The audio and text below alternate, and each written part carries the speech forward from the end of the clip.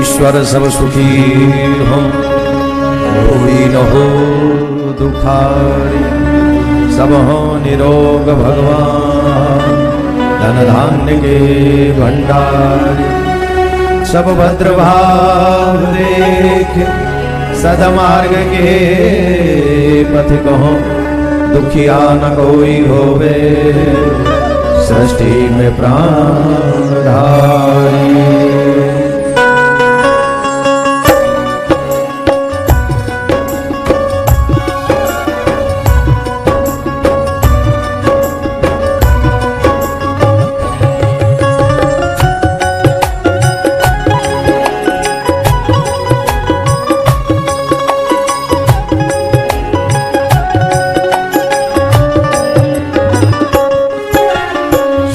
बसे संसार सब दुखिया रहे न को, यह अभिलाषा हम सबकी भगवान पूरी हो।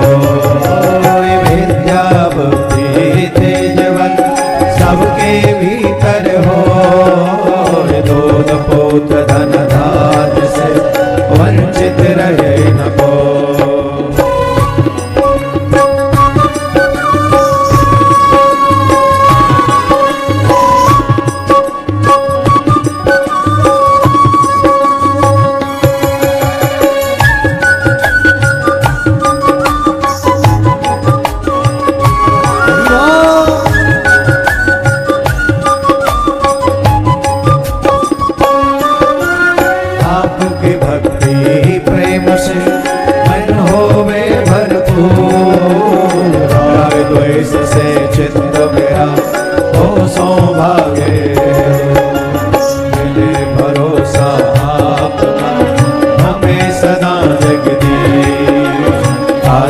तेरे नाम की बनी रहे ममई।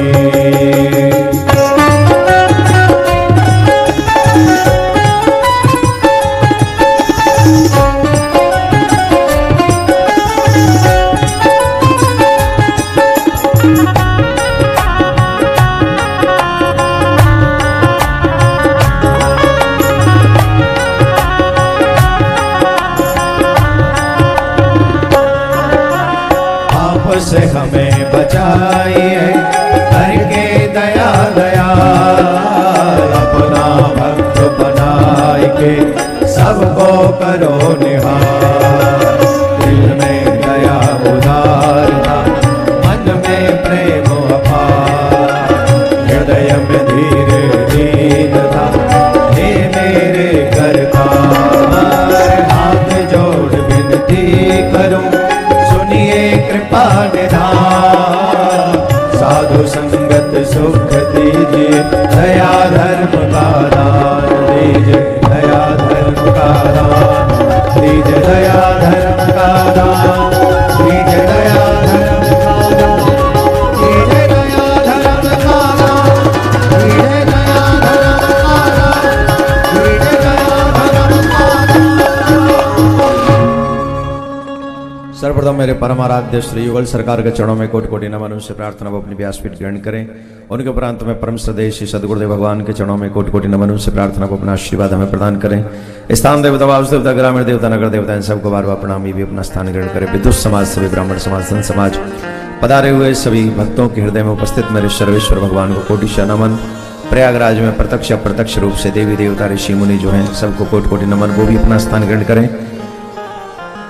आस्था चैनल के माध्यम से, यूट्यूब चैनल के माध्यम से जो देश विदेश में प्रभु प्रेमी श्रवण कर रहे हैं, उन सब प्रभु प्रेमियों को मेरा प्यार भरा राधे राधे। ऐसे नहीं, जरा और जोर से बोलना, और जोर से बोलना।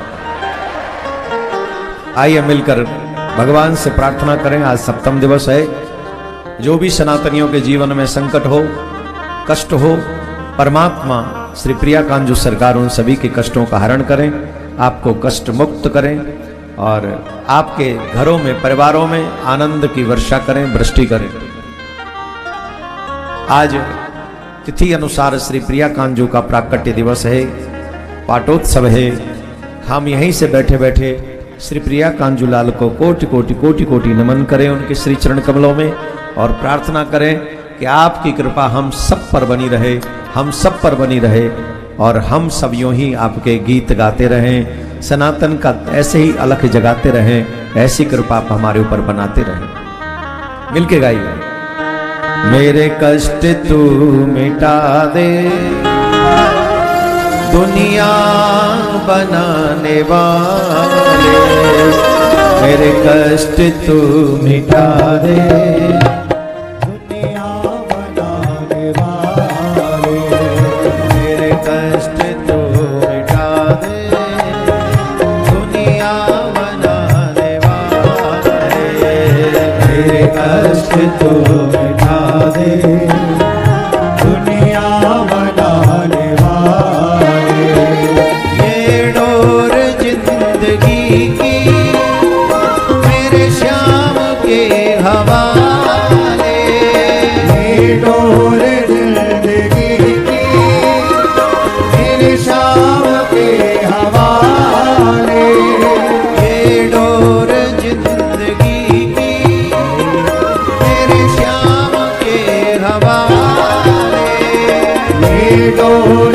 जिंदगी की प्रिया कांत के हवाले, मेरे कष्ट तो मिटा दे, दुनिया बनाने वाले, मेरे कष्ट तो मिटा दे, दुनिया बनाने वाले। श्री राधे।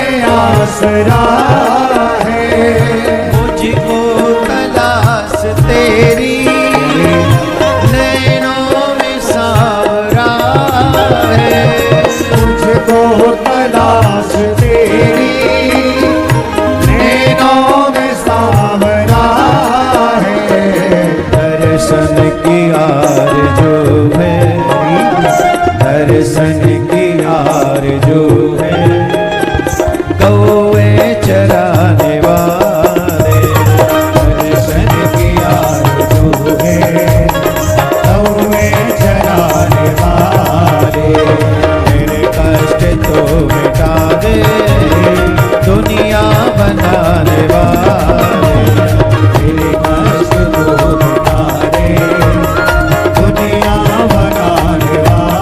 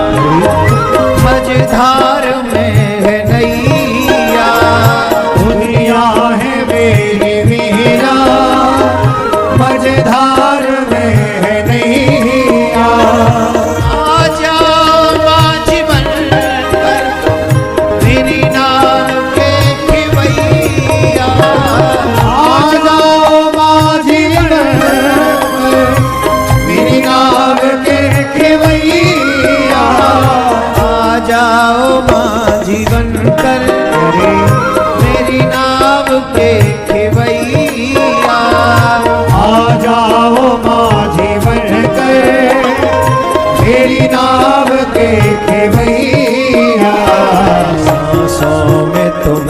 बसे हो, सांसों में तुम बसे हो, दिल में बसने वाले, सांसों में तुम बसे हो, दिल में समाने वाले, कष्ट तो मिटा दे दुनिया बनाने वाले, मेरे कष्ट तो मिटा दे दुनिया बनाने वाले। श्री राधे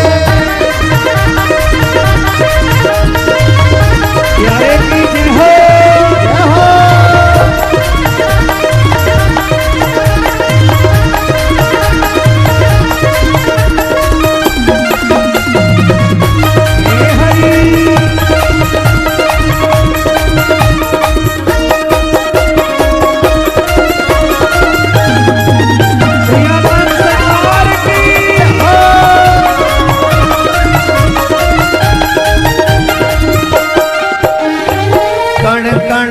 व्याप्त है तू, कहता है ये जमाना, कण कण में व्याप्त है तू, कहता है ये जमाना। जब मेरी बारी आई करने लगे बहाना, अब मेरी बारी आई करने लगे बहाना।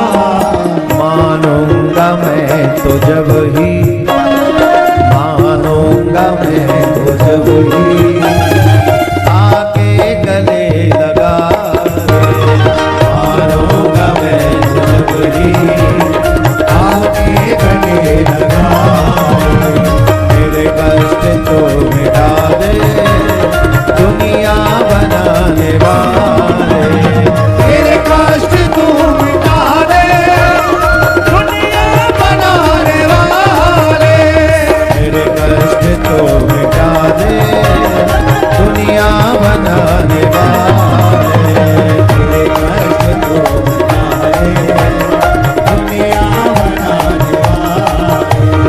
राधे राधे राधे राधे राधे राधे राधे राधे राधे राधे राधे राधे राधे राधे राधे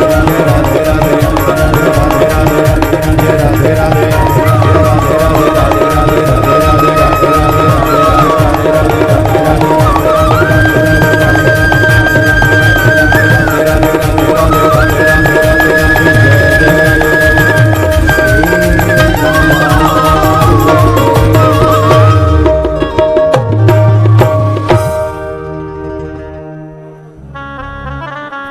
बोले भागवत महापुराण की जय, सदगुरुदेव भगवान की जय, श्री निमार्क भगवान की जय, श्री प्रिया कांजू सरकार की जय, त्रिवेणी संगम की जय, वेणु माधव की जय, अक्षय वट की जय, समस्त ऋषि मुनि देवी देवताओं की जय, व्यास जी महाराज की जय, सुखदेव जी महाराज की जय, श्री कृष्ण जन्मभूमि की जय, धर्म की जय हो, अधर्म का नाश हो, प्राणियों में सद्भावना हो, विश्व का कल्याण हो, गौ हत्या बंद हो, गौ माता की सेवा हो, विश्व में शांति हो, विश्व में शांति, विश्व में शांति हो,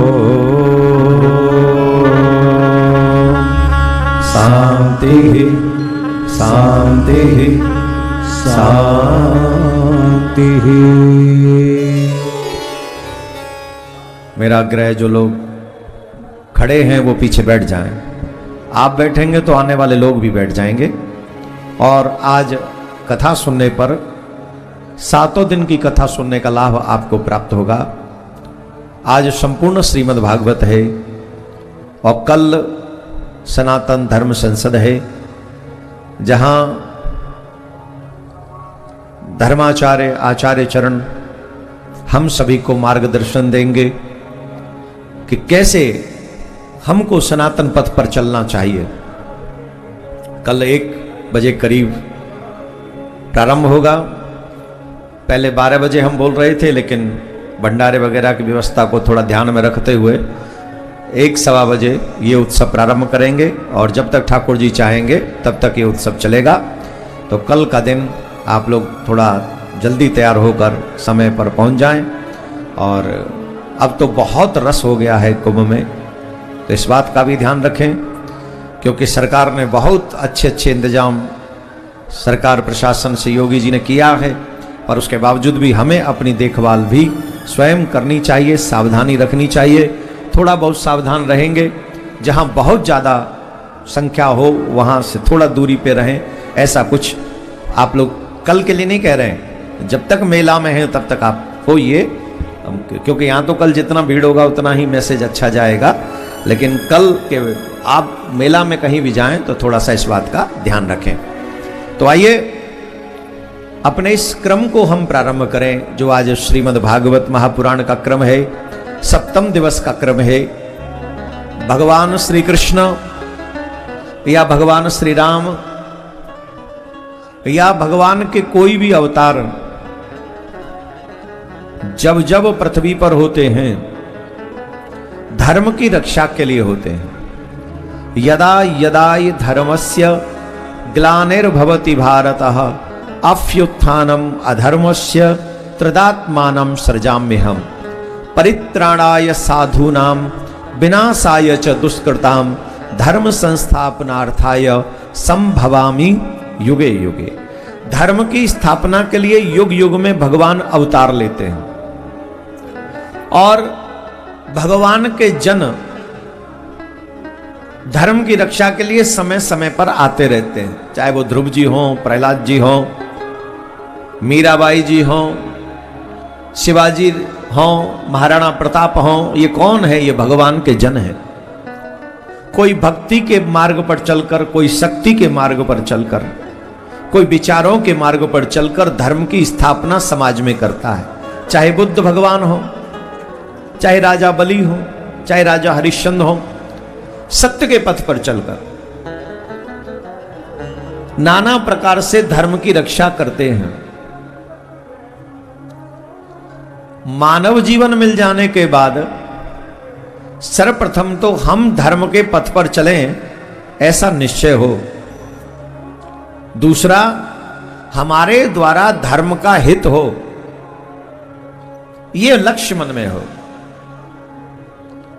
इसमें संशय नहीं है कि हम लोग जब मानव जीवन में आते हैं तो अनेकों ऐसी चीजें हमें अपनी ओर प्रभावित करती हैं जहां से हम धर्म का पथ त्याग देते हैं। पद हो, प्रतिष्ठा हो, धन हो, भोग पदार्थ हो, या कोई और ऐसा विषय जो हमें धर्म पथ से अलग कर देता है।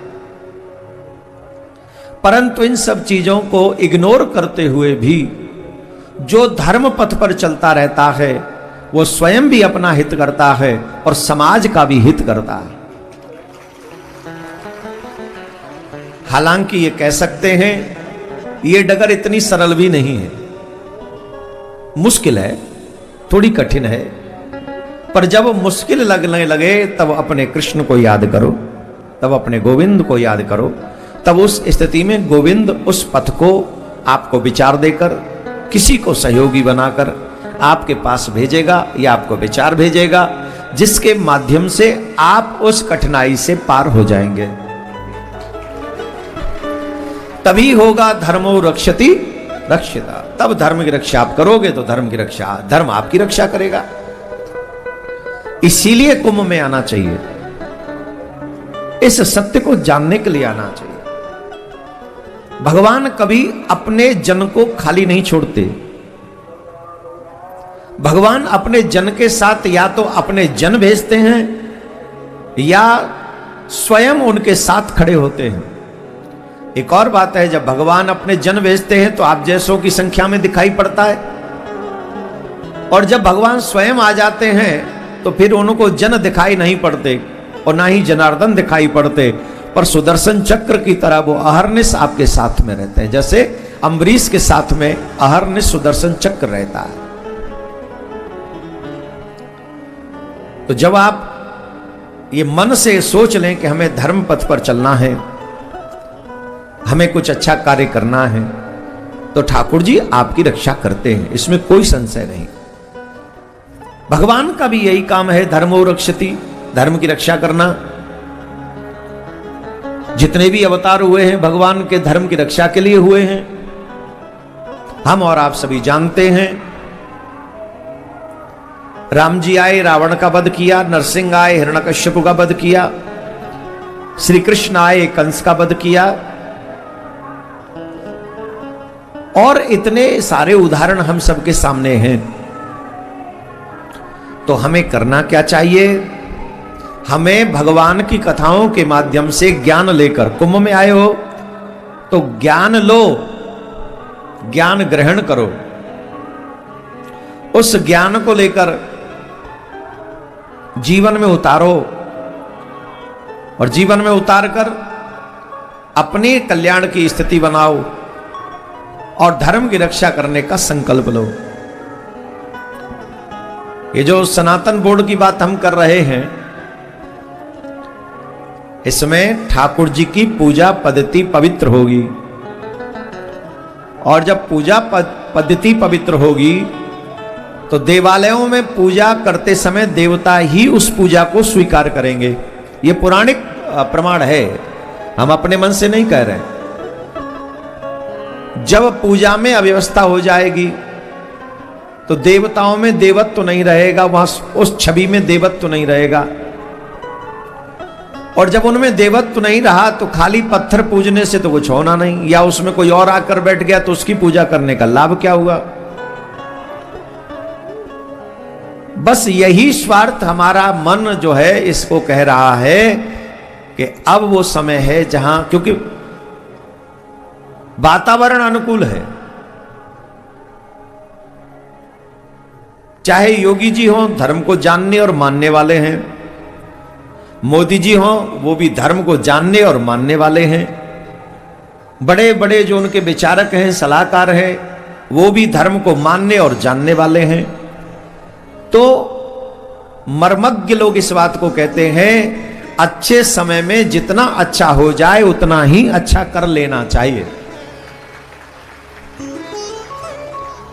कोई भी शुभ कार्य कल पर नहीं छोड़ना चाहिए, कौन जाने कल आए ना आए।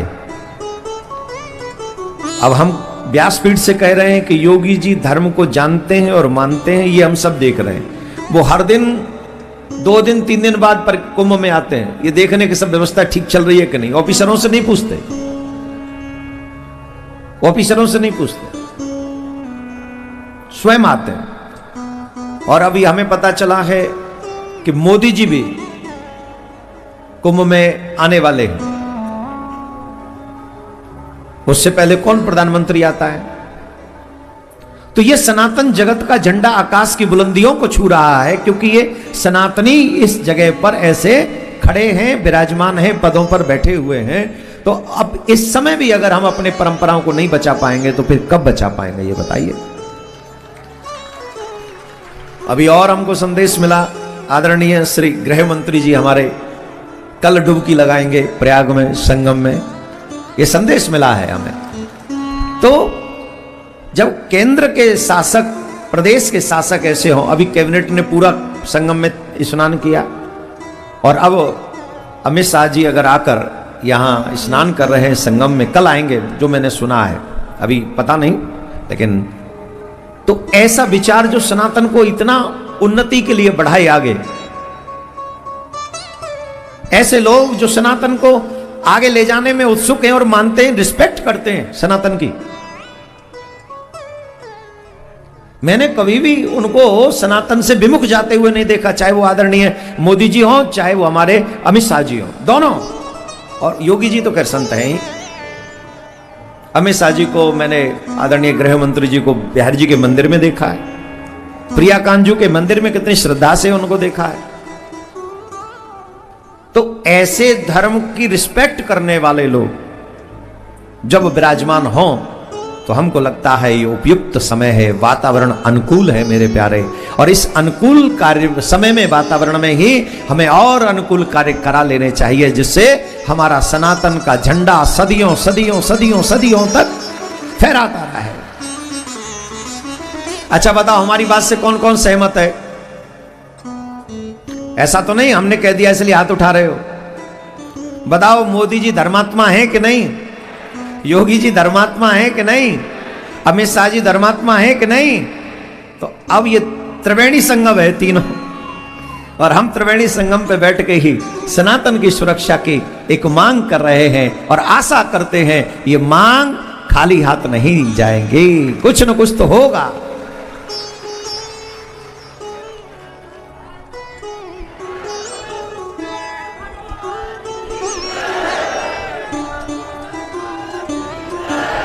तो कल आप लोग इतनी बड़ी संख्या में आइए कि जब आदरणीय गृह मंत्री जी संगम में डुबकी लगा रहे हों तो यहां से भी जय श्री राम के नारे उनके कानों तक पहुंचे, श्रवणों तक पहुंचे, और उन्हें लगे कि सनातनी को पता है कि वो संगम में स्नान कर रहे हैं। हाँ, चकाचक। अभी नहीं, कल की बात है वो, अभी नहीं है, कल की बात है। तो कल आएंगे। तो आइए, धर्मो रक्षति, हमारा एक एक कदम, एक एक कदम, एक एक कदम जब धर्म की रक्षा के लिए जाएगा तो कोट यज्ञ सम होए, करोड़ों करोड़ों यज्ञों के समान होगा वो पल, वो समय जब हम धर्म की रक्षा के लिए आगे बढ़ते हैं। भगवान श्री कृष्ण ने भी इन सब की रक्षा के लिए, धर्म की रक्षा के लिए रण छोड़ दिया, और रण छोड़कर भगवान द्वारका चले गए। और द्वारका में पहुंचकर भगवान ने पहला विवाह रुक्मिणी जी के साथ में किया, जो कि कल आपने अद्भुत झांकी का दर्शन किया। ध्यान से सुने, रुक्मिणी जी ने जो पत्र भेजा था उसमें 7 श्लोक थे, और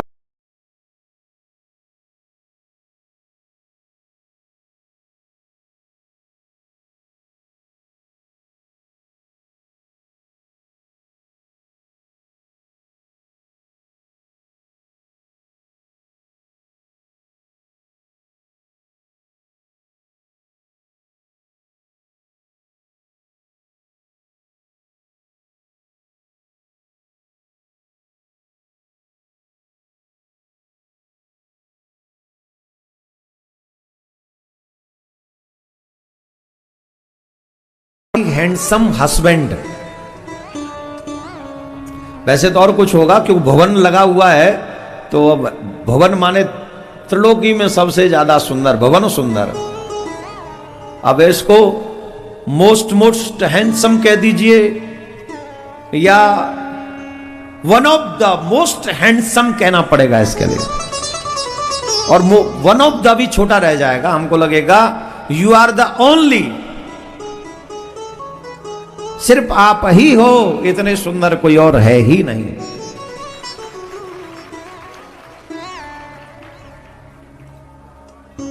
क्या कहा?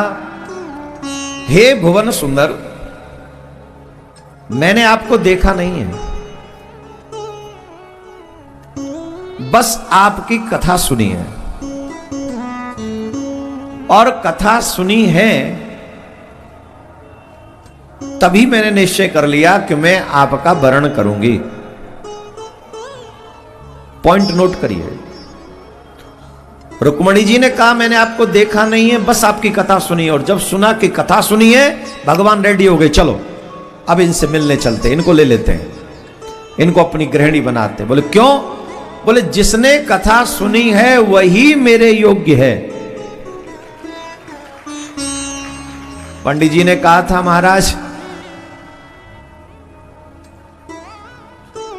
कृपा करो, 7 श्लोक लिखे उन्होंने, 7, कम से कम आधे तो सुन लो। बोले रथ में सुनेंगे बाकी के। क्यों? बोले जो गुण हमें चाहिए वो गुण उनमें है, और वो गुण क्या है? वो गुण है भगवान की कथा सुनना, श्रेष्ठ गुण है। सबसे श्रेष्ठ गुण क्या है? जब आप भगवान की कथा सुनते हैं तो मन का मैल बाहर हो जाता है, और मन का मैल बाहर होगा तो मन निर्मल होगा, और मन निर्मल हो जाए तो हम भगवान से मिलने के योग्य हो जाते हैं। आपने देखा होगा, आप देखिए जाके कितने लोग कुंभ में आए हुए हैं, कोई कमी नहीं है, कोई कमी नहीं है कुंभ में आने वालों की, है कोई कमी? लेकिन उनसे पूछो वो कर क्या रहे हैं, वही काम कर रहे हैं, एक तो स्नान और दूसरा रील एंड फोटो। बहुत कम लोग हैं जो कथा मंडपों में, खैर यहां कोई कमी नहीं है कथा सुनने वालों की, यहां लाइन लगी है, जब तक कथा पूरी होती है लोग पंडाल के बाहर होते हैं, पर मोस्टली कथा सुनने की बजाय या तो घूम रहे हैं या खा रहे हैं या सो रहे हैं या रील बना रहे हैं, फोटो खिंचा रहे हैं। हम इसके लिए आए हैं? एक दिन भी आए हैं तो स्नान करें, भजन करें, देन कथा सुने, ये श्रेष्ठ कार्य करें। कथा सुनेंगे तो हमारा मन निर्मल हो जाएगा। एक वो भजन सुना है, चलो रे मन गंगा जमुना, सुना है कि नहीं आपने?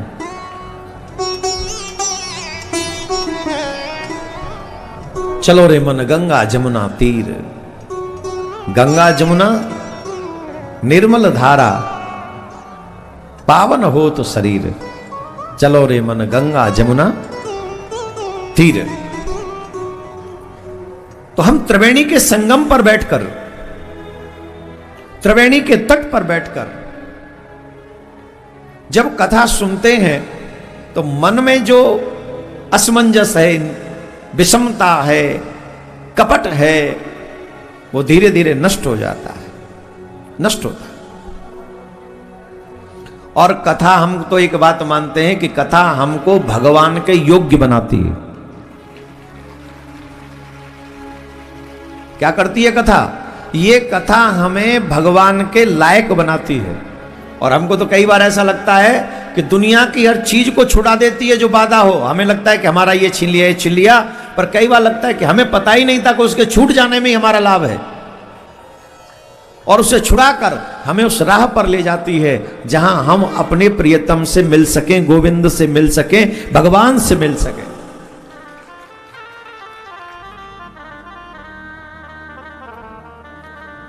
तो ये कथा करती है, गोविंद करते हैं, श्री कृष्ण करते हैं।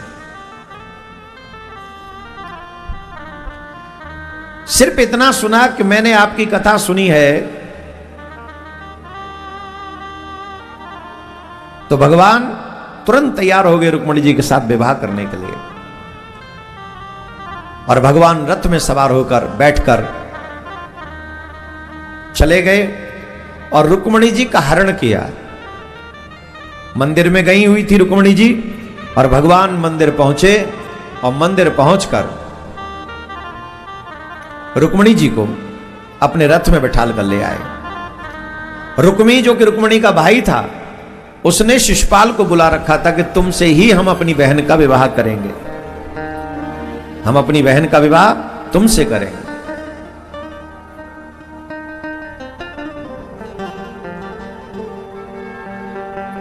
शिशुपाल देखता रह गया तो रुक्मी ने प्रण किया, अगर हम अपनी बहन को ला नहीं सके तो नगर में वापस नहीं आएंगे।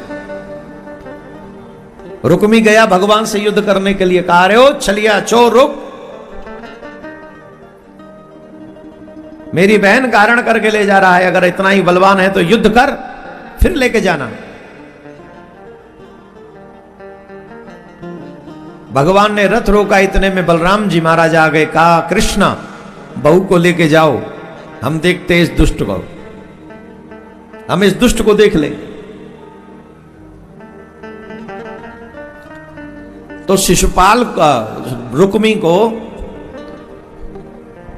बलराम जी महाराज ने युद्ध में परास्त किया। युद्ध में जब परास्त किया, जब मारने लगे तो रुक्मिणी जी ने कहा, प्रभु आप ही का ब्रदर इन लॉ है, आप ही का साला है, और साले बहुत प्यारे होते हैं, तो आप कृपा करिए। बोले ठीक है। फिर भगवान ने बलराम जी से कहा कि महाराज पहला पहला साला है, थोड़ा छोड़ दो। तो भगवान ने फिर कहा ठीक है। बलराम जी ने उनको छोड़ दिया, मारा नहीं, लेकिन 5 जगह से उसके केस काटे।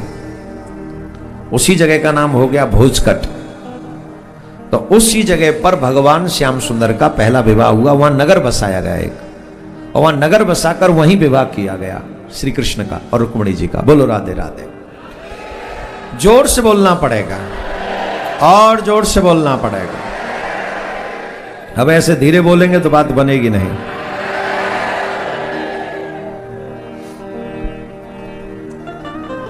ऐसे ही भगवान के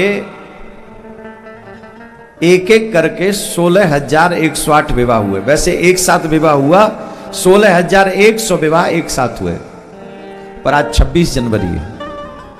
क्या है? आज के दिन देश को चलाने के लिए संविधान लागू हुआ, और हम ये आशा करें कि कल के दिन सनातन जगत को सनातन बचाने के लिए एक संविधान प्राप्त हो, जिससे हमारा सनातन जगत उस मार्ग पर चले। और वो धर्माचार्य ही प्रदान कर सकते हैं, हम जैसे नहीं। हम जैसे तो बहुत छोटे लोग हैं। धर्माचार्य वो पथ हमको दिखाएं जिससे हमारे आने वाली पीढ़ियां भी पढ़ें लिखें। पढ़ना चाहिए, आधुनिक एजुकेशन भी होनी चाहिए, लेकिन साथ में हमारे परिवारों के प्रति उनकी क्या जिम्मेदारियां हैं, ये ज्ञान भी रामायण गीता से उनको मिलते रहना चाहिए।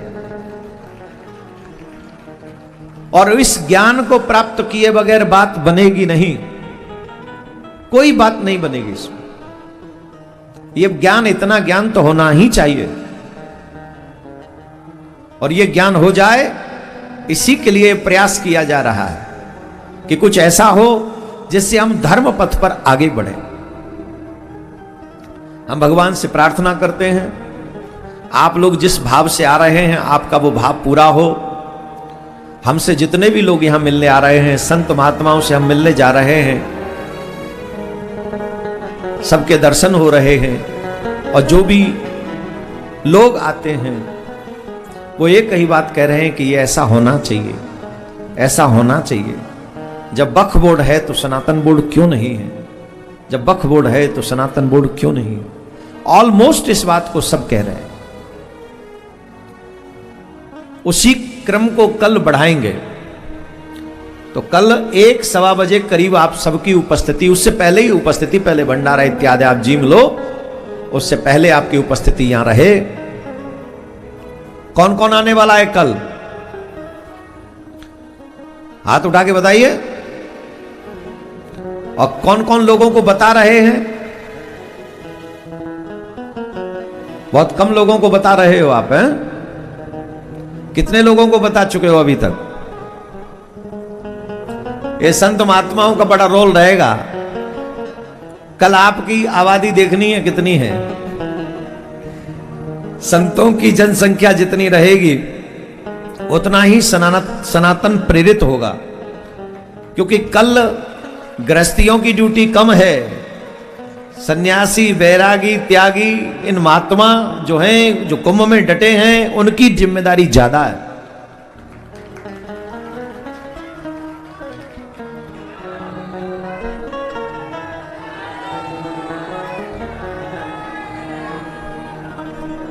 तो हम ये चाहते हैं, अरे हम प्रार्थना करते, चाहते नहीं, प्रार्थना करते हैं कुंभ नगरी में जितने भी महात्मा संत हैं वो अपना आशीर्वाद दें, दिशा निर्देशन दें समाज को। और जब समय हो, जितना समय जिसके पास हो, वो पहुंचकर हम सभी को दिशा दिखाएं, बहुत आवश्यक है। तो प्रार्थना तो हम कर रहे हैं जा जाके। अब वेट एंड वॉच वाला रास्ता है कि जो जो संत आएंगे कृपा करके उनका आशीर्वचन हमको मिलेगा। अभी कथा क्रम को आगे बढ़ाएं। भगवान के प्रथम पुत्र हुआ और उस पुत्र का अपहरण करके एक दैत्य ले गया। उस दैत्य ने यह सुन रखा था, सम्रासुर ने, कि कृष्ण के ज्येष्ठ पुत्र के हाथों से ही तुम्हारी मृत्यु होगी। तो जैसे ही उसे पता चला, अब लोग मृत्यु से भागते हैं, मृत्यु से बचना चाहते हैं, मृत्यु से बाहर निकल जाना चाहते हैं, पर बंधु जब मृत्यु, आप जितना दूर भागोगे मृत्यु उतने करीब आपके आ रही है। जब मनुष्य का जन्म होता है तो उसकी 3 चीज फिक्स हो जाती हैं, स्थान, समय और कारण। किस समय मृत्यु होगी, किस स्थान पे मृत्यु होगी और किसके कारण मृत्यु होगी, ये तीनों ही चीज पहले से ही फिक्स है। और एक बात हमने देखी है, कितना भी कोई प्रयास कर ले, कितना भी कोई प्रयास कर ले, धर्म को तो नहीं मिटा सकते, पर जो धर्म को मिटाना चाहते हैं वो मिट जाते हैं। एक साउथ साइड के मुख्यमंत्री थे जिन्होंने बहुत बड़ा ऐसा किया था। सिर्फ 1 महीने बाद उनका हेलीकॉप्टर, और आज तक पता नहीं चला कहां गया, ना हेलीकॉप्टर मिला ना वो।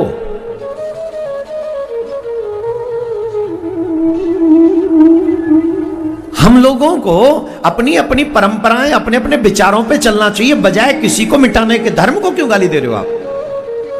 यह जीता जागता प्रमाण है कलयुग का। जो लोग कहते हैं भगवान नहीं है,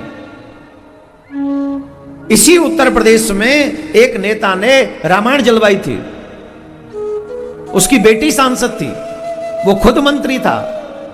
आज वो कहीं का नहीं, ना बेटी कुछ है ना वो खुद है। क्यों? आपने रामायण जलवाई, आपने राम का अपराध किया, आपने भगवान का अपराध किया, आपने इतने सनातनियों का अपमान किया है। आप अपने विचार रखिए, अपमान मत करिए किसी का। आप विचार रखिए, क्या बुराई है? आप भगवान को नहीं पूछते मत पूजिए, आप नहीं मानते मत मानिए, इट्स योर पर्सनल चॉइस, आपकी अपनी राजी है। आप नहीं मानते ठीक है, लेकिन आप हमारे भगवान का अपमान करें, आप हमारी रामायण का अपमान करें, आप गालियां देंगे साधु संतों महात्माओं को। और एक बात बता दें, शायद यह समाज चुपचाप देखता भी रहे, और सच मानिएगा मेरे ठाकुर जी कभी चुपचाप नहीं देखते हैं। यो यो यो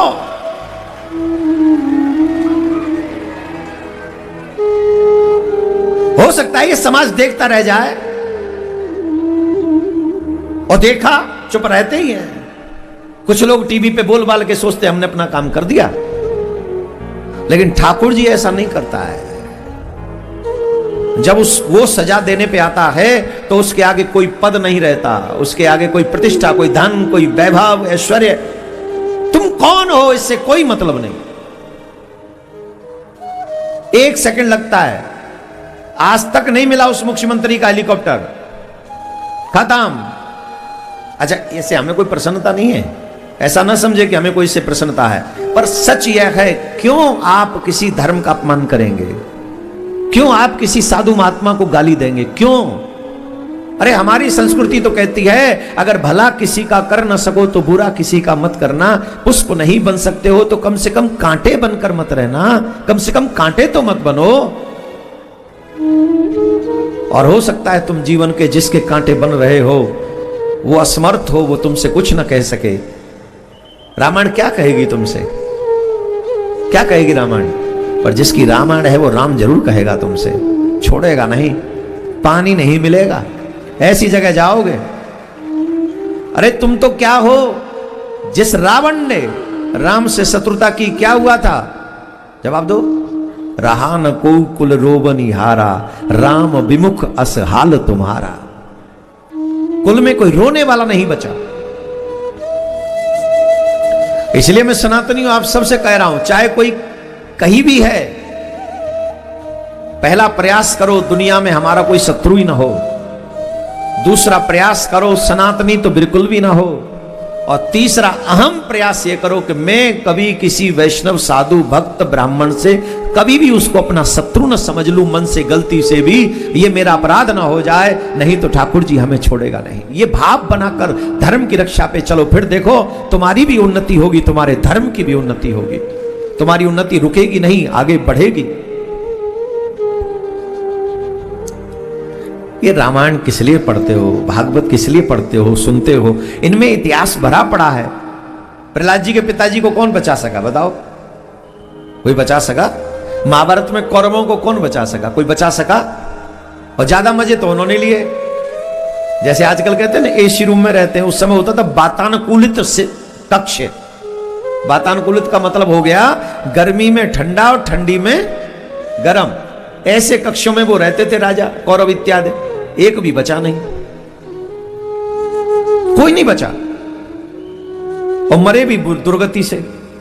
तो हम आपसे आग्रह कर रहे हैं सभी से, सभी सनातनियों से, अपने धर्म को बचाने के लिए एक प्रयास करो।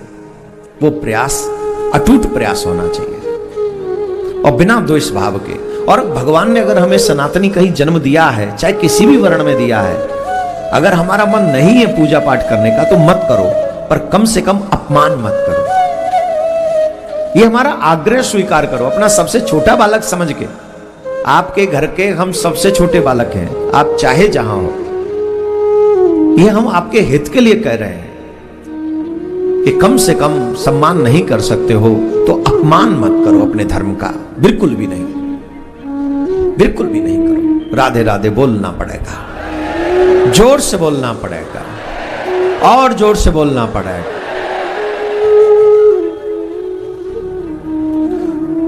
उमा कहूं मैं अनुभव अपना,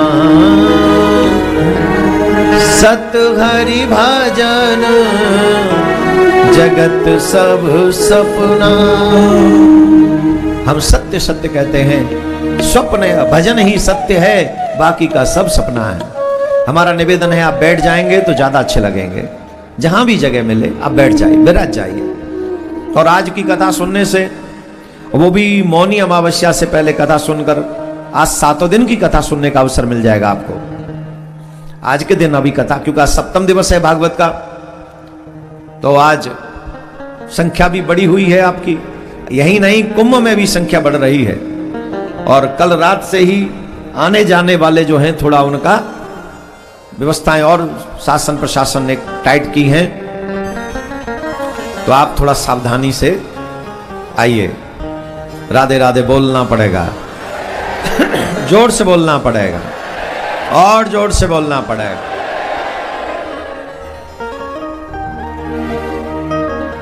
तीन चीजें सबकी फिक्स हैं, और वो भी जन्म से पहले।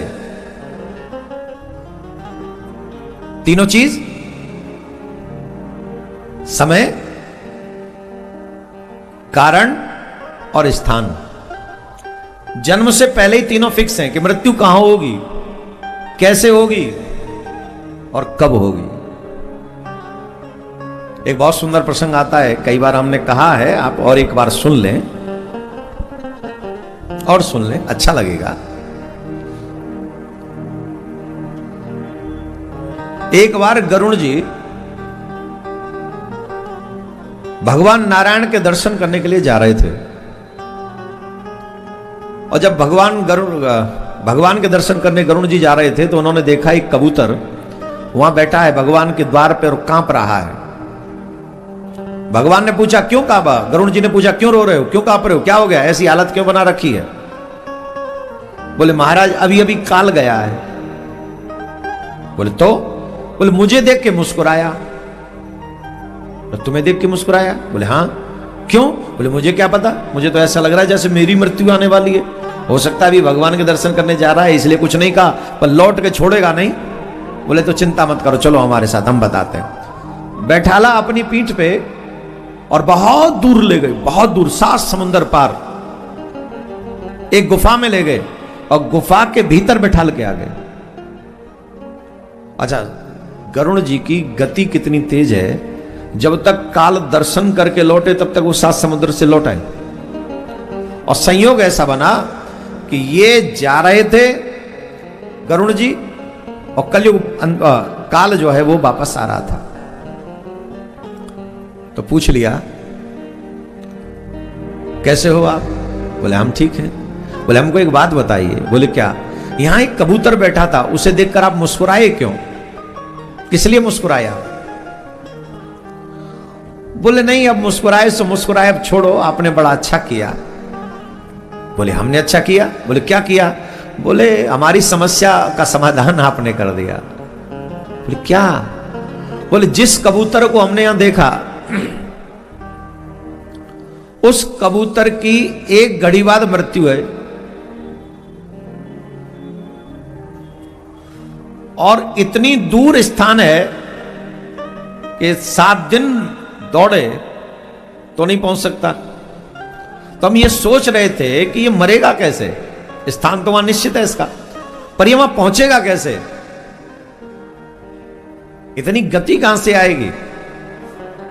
और बच सकता नहीं, मरेगा ही उसी समय पर, उसी जगह पे मरेगा। तो आपका थैंक यू कि आप उसे वहां पहुंचाए आए और फिर वो अपनी जगह पे पहुंच गया। अब मुझे पता है मृत्यु से संबंधित बात है ना, इसलिए ताली बजी नहीं सकती आपसे। अरे भाई, संसार में अमर कोई, सबको जाना सबको।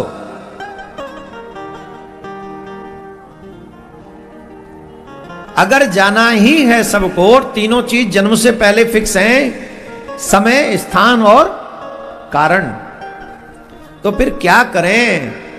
किए जा तू जग में भलाई का काम, किए जा तू जग में भलाई का काम, तेरे दुख दूर करेंगे राम। किए जा तू जग में भलाई का काम, किए जा तू जग में भलाई का काम, तेरे दुख दूर करेंगे राम, तेरे दुख दूर करेंगे राम।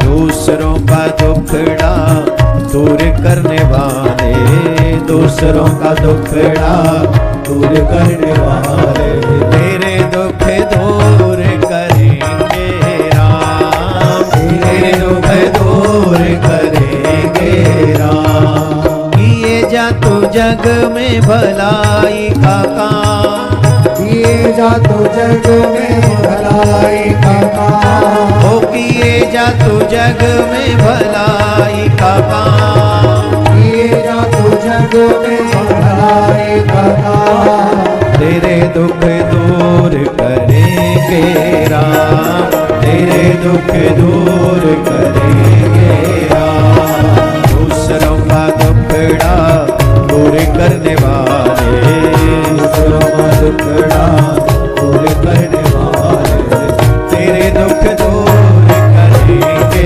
राम, तेरे दुख दूर करेंगे राम। क्या बोलना पड़ेगा? जोर से बोलना पड़ेगा। तो उसने सोचा कि मैं इस बालक को, सम्रासुर ने सोचा मैं इस बालक को उठा ले जाऊंगा और बचपन में ही मार दूंगा, तो फिर मेरा काल, मेरा क्या बिगाड़े, कौन मारेगा मुझे? उस बालक को उठा ले गया और उस बालक को द्वारका से उठाकर समुद्र के बीच में फेंक दिया। और जब समुद्र के बीच में फेंक दिया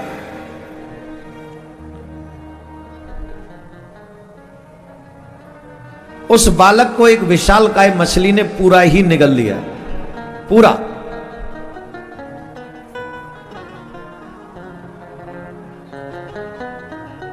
पूरा निगल लिया उस, और उस मछली को एक शिकारी ने पकड़ लिया। और जब शिकारी ने पकड़ा तो उसको लगा ये मछली बड़ी हष्ट-पुष्ट है, ये मछली बड़ी हष्ट-पुष्ट है, ये ले क्या हो? तो तो उनको लगा कि मछली बड़ी हष्ट पुष्ट है तो क्यों ना राजा के यहाँ, क्योंकि उस समय राजा मांस फूस खाता होगा, वो नाम ही सम्रासुर था। तो अच्छे और बुरे लोग तो हर क्षेत्र में रहे, हर समय रहे। बोलो राधे राधे। जोर से बोलना पड़ेगा, ऐसे नहीं, और जोर से।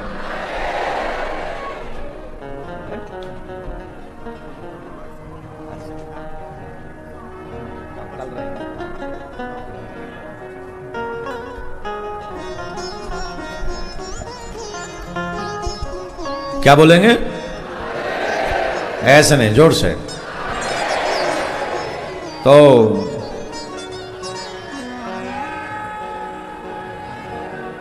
कथा कह लूं, वहीं पहुंचा दिया। जिसने अपने काल को समुद्र में पहुंचाया, प्रकृति ने उसके काल को रसोई में पहुंचा दिया। और वहां एक दासी थी जिसका नाम था मायावती। उस दासी के हाथ में भोजन व्यवस्था थी, तो इस मछली में से उस बालक को निकाला। अब कई लोग सोच रहे होंगे जब मछली निकल गई तो बालक जिंदा कैसे बचा। आप ये समझ लीजिए, हर युग का अलग अलग धर्म होता है और युग धर्म अलग होता है। कलयुग का धर्म अलग है, द्वापर मतलब धर्म तो वही है प्रॉपर, लेकिन सतयुग में हड्डियों में प्राण होते हैं और कलयुग में अन्न में प्राण होते हैं। आप सोचो, इसीलिए पहले जब हमारे ऋषि मुनि तप करते थे तो मांस चला गया, रक्त चला गया, ऊपर से खाल चली गई और मिट्टी चढ़ गई, दीमक चढ़ गई, सब हो गया, पर हड्डी बची हुई है, वो तपस्या कर रहे हैं। अस्थि मात्र वह रहे शरीरा, तदप मनाव मन ही नहीं पीरा। सिर्फ हड्डियां रह गई थी, इसके बावजूद भी कोई कष्ट नहीं था। आप सोचिए, आप कल्पना कीजिए। तो पहले ऐसे योद्धा बलवान हुए हैं कि प्राणों पे संकट नहीं आया उनके कभी ऐसे। मछली ने निगल लिया, और जब मछली ने निगल लिया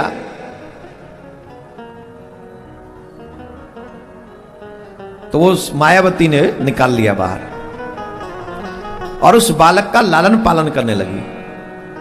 और उस बालक को सिर्फ लालन पालन ही नहीं किया, उसे शस्त्र विद्या भी सिखाई। हम फिर आपसे कह रहे हैं, आप सबसे कह रहे हैं, अपने बच्चों को शास्त्र में भी निपुण करो और शस्त्र चलाने में भी निपुण करो।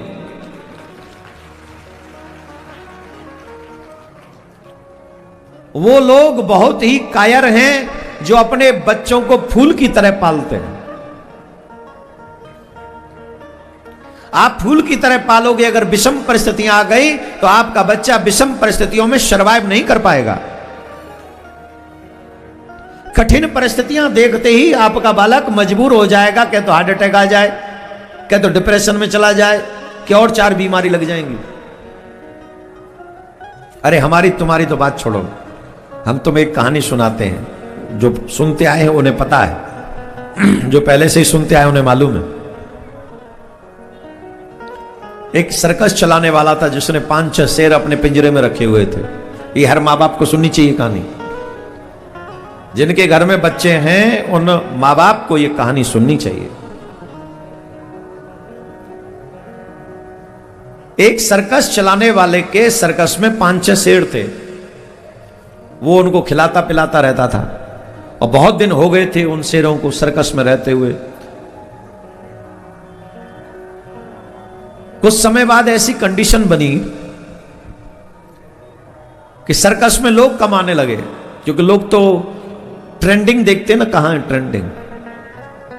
आजकल तो हम लोग भक्ति भी ट्रेंडिंग के हिसाब से करते हैं कि आजकल ये ट्रेंडिंग में, देवी जी ट्रेंडिंग में है, कि देवता ट्रेंडिंग में है, कि कोई पीर पैगंबर ट्रेंडिंग में है। जहां सुन ले कि यहां से मिल रहा है वहीं चले जाते हैं। बोलो हाँ या ना।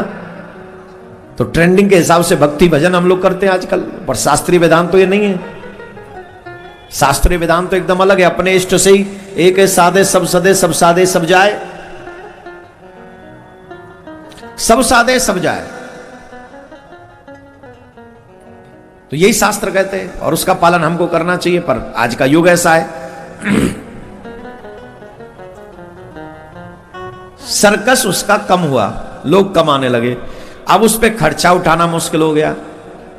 खर्चा बस जो रखे हुए हैं सर्कस में उनको तो खाना चाहिए कि नहीं।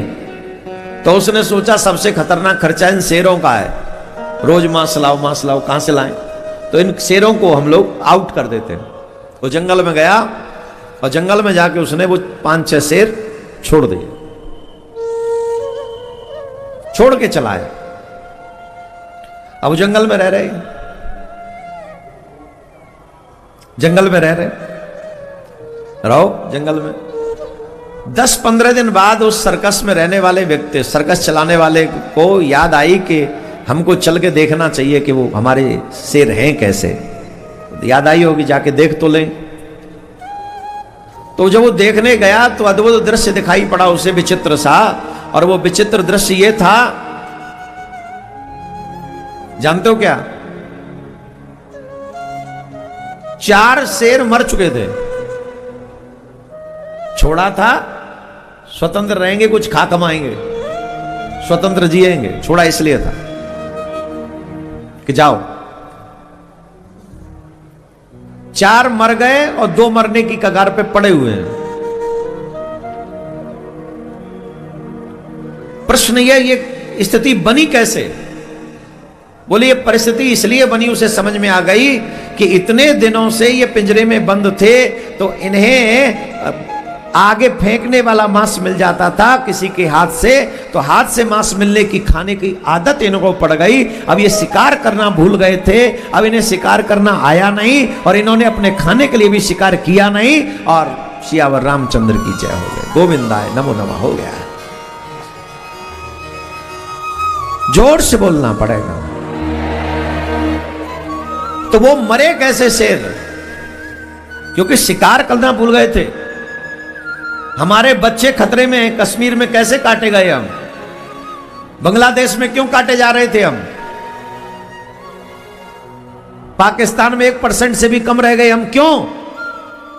क्योंकि हमने कभी भी शस्त्र चलाना सीखा ही नहीं। हमने तो सिर्फ इतना सीखा, खाओ, कमाओ और सो जाओ, सिर्फ यह सीखा। पर यह ठीक नहीं। दोनों विद्याओं में पारंगत आपके बच्चों को होना चाहिए, शस्त्र विद्या में भी और शास्त्र विद्या में भी।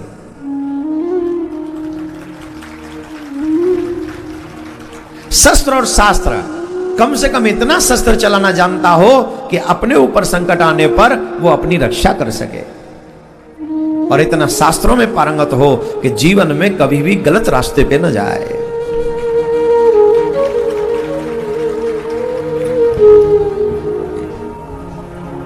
पूर्व के गुरुकुलों में दोनों विद्याएं मिलती थीं। ये जो हम कह रहे हैं गुरुकुलम होने चाहिए, वो इसी का विषय है। इसलिए होने चाहिए जहां हमारे बच्चे शस्त्र और शास्त्र दोनों में निपुण हों। हमारे मिलिट्री में जब जवान जाते हैं तो बताओ ट्रेनिंग करते हैं कि नहीं? और बिना शस्त्र चलाए इन्हें मिलिट्री में भेज दिया जाए तो क्या होगा? बोलो क्या होगा, बता तो दो। पाकिस्तान अपना ध्यान रख पाएगा फिर? अभी भी कायदे में है। क्यों? क्योंकि हमारे मिलिट्री के जवानों को शस्त्र चलाना आता है और उनसे बेटर आता है, इसलिए वो कायदे में रहता है। हालांकि उसकी आदत नहीं है कायदे में रहने की, आजकल तो कटोरे में रहता है। किस में रहता है? कटोरे में रहता है। लेकिन आइए हम 26 जनवरी का उत्सव बड़ी धूमधाम से मनाएं। एक बार मेरे साथ मिलकर ये पंक्ति गुनगुनाइए, बहुत गजब की है। आप लोग जो खड़े हैं अगर बैठेंगे नहीं तो आनंद नहीं आएगा। कौन कौन अपने देश से प्रेम करता है? करते हो? कौन कौन इस देश के लिए अपने प्राण दे सकता है?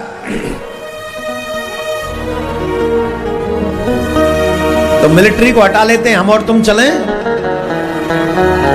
बॉर्डर पे चलें, पक्का? दिल दिया है जान भी देंगे ए वतन तेरे लिए,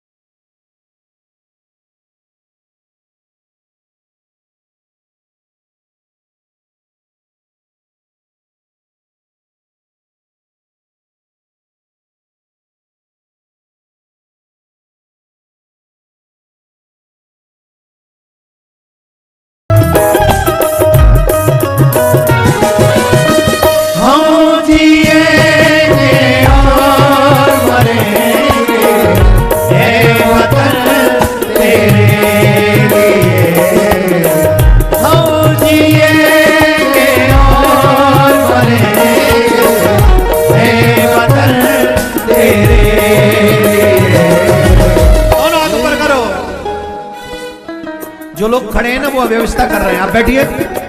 पीछे जो खड़े हैं प्लीज बैठ जाइए और दोनों हाथ ऊपर करिए।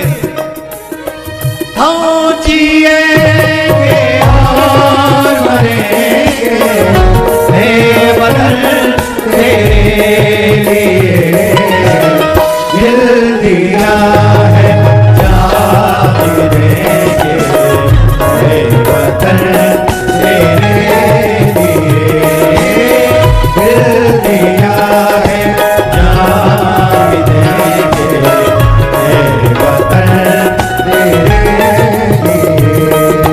वंदे मातरम वंदे मातरम वंदे मातरम वंदे मातरम वंदे मातरम वंदे मातरम वंदे मातरम वंदे मातरम वंदे मातरम वंदे।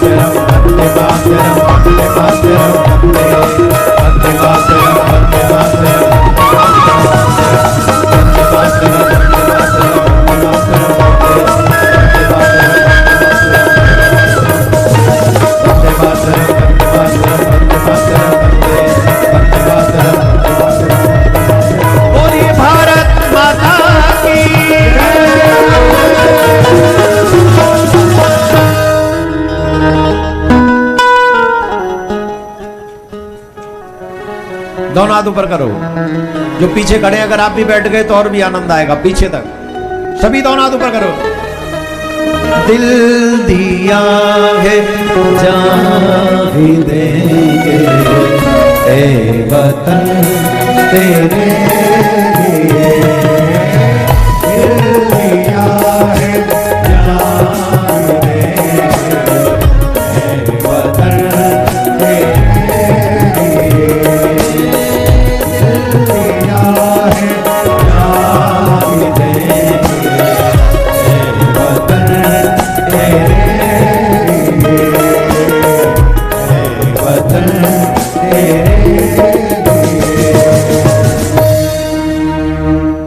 जोर से बोलना पड़ेगा, ऐसे नहीं, और जोर से बोलना पड़ेगा, और जोर से। कौन कौन चाहता है सनातन बोर्ड बने? कौन कौन चाहता है मथुरा में कन्हैया का मंदिर बने? कौन कौन चाहता है काशी विश्वनाथ ज्ञानवापी एकदम चकाचक हो जाए? चाहते हो कि नहीं? चाहते हो कि नहीं? लेकिन तुम जब तक संगठित नहीं होगे तब तक कैसे होगा? योगी जी कहते हैं बटोगे, ईमानदारी से दिल पे हाथ रख के देखो हम बटे हुए हैं कि नहीं। चाहे हमारा सीट्स कह रहा है बटोगे तो कटोगे, पर हम अभी भी बटे हुए हैं, नहीं बटे? कोई व्यक्ति कुछ कर रहा हो तो फिर हम बट जाते हैं। मैं कुछ कर रहा हूं तो आशा ये करता हूं कि सब मुझ में ही मिल जाएं, और जब कोई और कुछ कर रहा हो तो फिर आशा निराशा में बदल जाती है, फिर हम नहीं जाते, बोले हम नहीं जाएंगे। ये जो बंटवारा है ये रहा है प्रारंभ से हमारे यहां, और इसी बंटवारे के कारण हमारी दुर्दशा हुई है।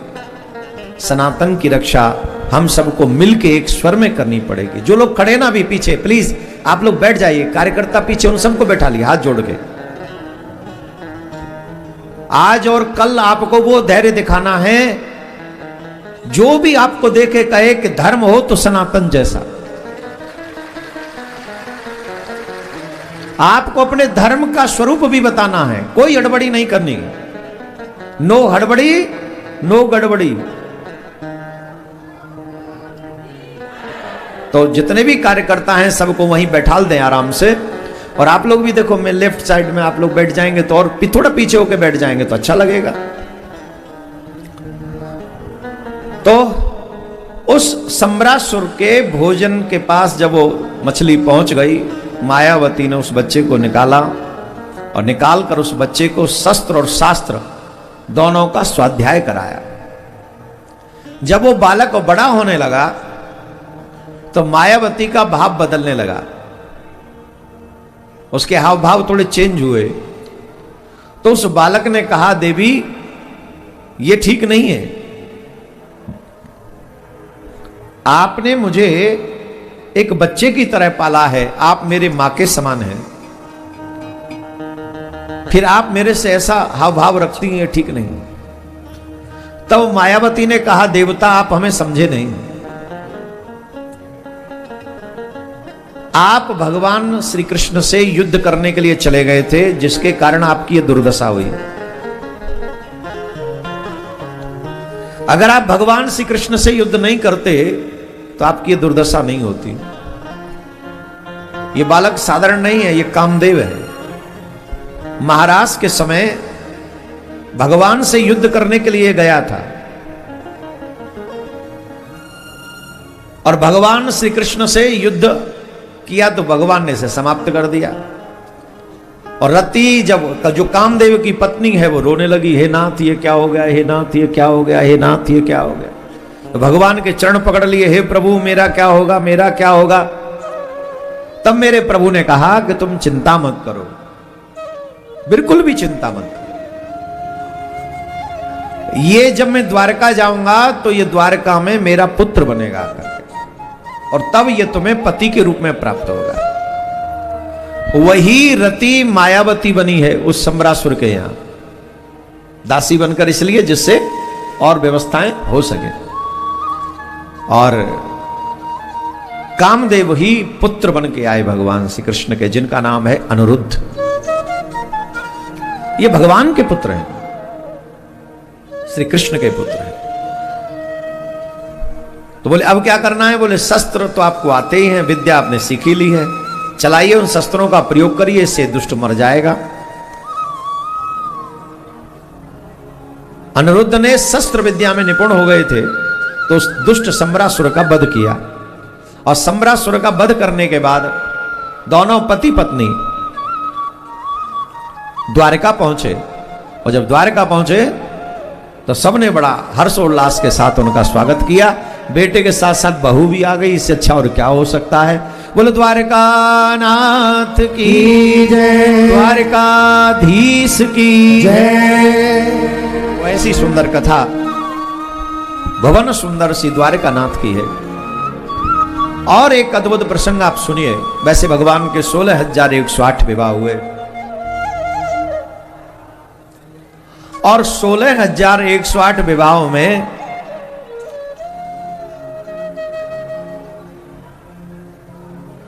सभी रानियों के 10 पुत्र और एक पुत्री है। 10 पुत्र हैं और एक पुत्री है।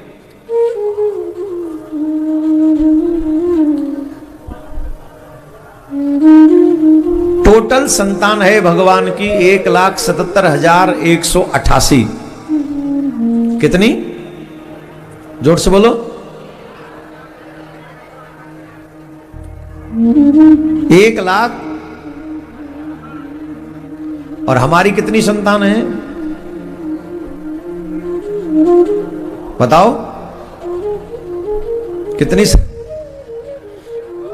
हम दो हमारे एक, यही है ना?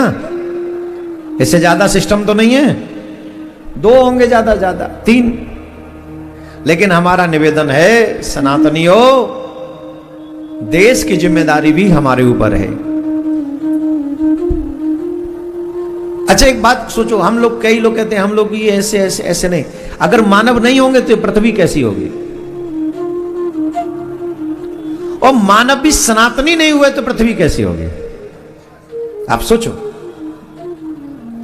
आप क्या चाहते हो? आपके आसपास अच्छे लोग ज्यादा रहें कि बुरे लोग ज्यादा रहें?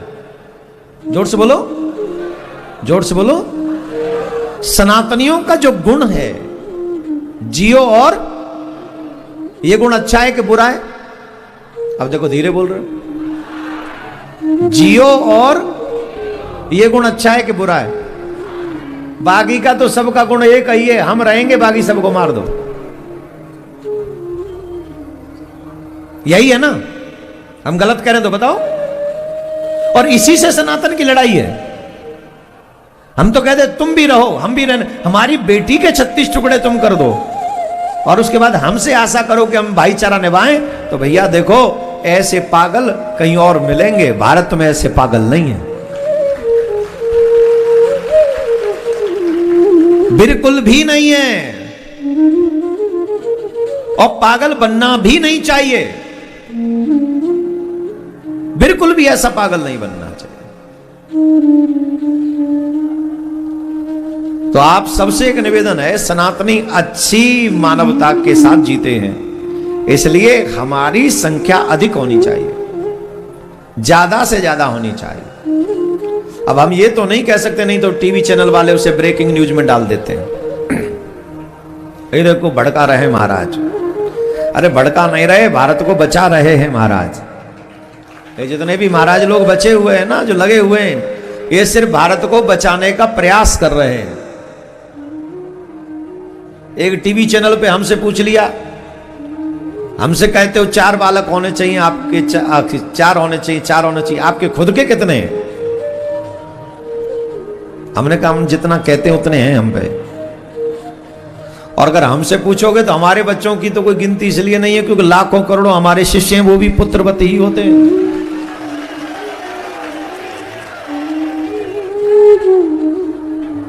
जो शिष्य लोग होते हैं वो भी पुत्र ही, पुत्रियां ही माने जाते हैं। अब गिनो कितने हैं हमारे, गिन लो। यहां पर कौन कौन चिल्लाया है? तो क्या हमारे चेला इतना ही है? अभी रास्ते में है, बसों में है, गाड़ियों में है, ट्रेनों में हैं,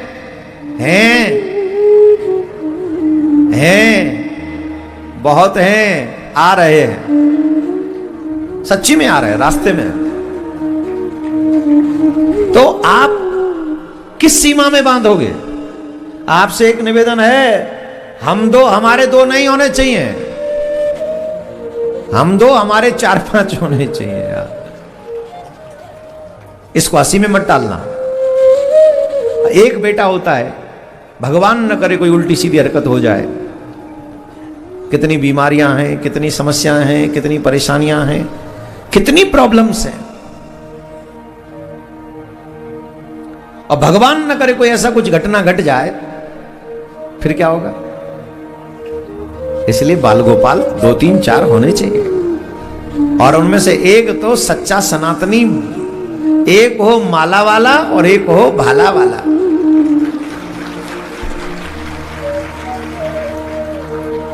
एक को खूब माला चलानी आनी होनी चाहिए और एक को चकाचक भाला चलाना आना चाहिए, जो समाज धर्म इनकी रक्षा कर सके। और ये तभी कर पाओगे जब तुम्हारे 2-3 बालक होंगे। अगर एक आधे बालक हुआ तो है महाराज का मरवा के छोड़ोगे, दूर रहो हमसे, हमें मत सिखाओ ये ज्ञान, यही शिक्षा दोगे। कई जो सेकुलर बैठे होंगे टीवी चैनलों पे, वो गाली देना शुरू कर देंगे हमको। ये देखो महाराज ऐसी पाठ पढ़ा रहा है, जनसंख्या इतनी बढ़ रही है, कैसे काम चलेगा? देंगे कि नहीं देंगे ये ज्ञान हमें? बोलो, देंगे? अब उनसे पूछो जाके कोई, हमें जो ये ज्ञान देते हो कि तुम्हारे 4-5 नहीं होने चाहिए, उनको भी दे लो जिनके 10-10 हैं। और जैसे ही उनका नाम आएगा झट मुंह पे टेप लग जाएगी उनकी, फिर कोई नहीं बोलेगा, तब जनसंख्या बाहर नहीं होगी। हमको लगता है ये भी एक षड्यंत्र है, हमारे देश को इस्लामिक करने का षड्यंत्र है। तो हम आपसे आग्रह कर रहे हैं भैया, वैसे तो हमें तो ऐसा लग रहा है, कई बार तो हमें लगता है कि कहीं कुछ ज्यादा ही न कर बैठे, पर अभी तो कहा था दिल दिया है जान भी देंगे, ए वतन तेरे लिए हर कर्म अपना करेंगे, ए वतन तेरे लिए। जब तक जीवित हैं तब तक प्रयास जारी होना चाहिए। धीरे बोलोगे बात नहीं बनेगी, जोर से बोलना पड़ेगा, और जोर से बोलना पड़ेगा।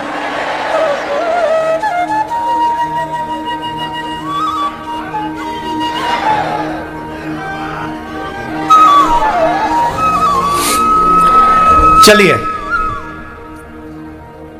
भगवान के इतने पुत्र और पुत्रियां हैं, पर भगवान की एक और विशेषता है, सबके साथ सत्संग सुनते हैं।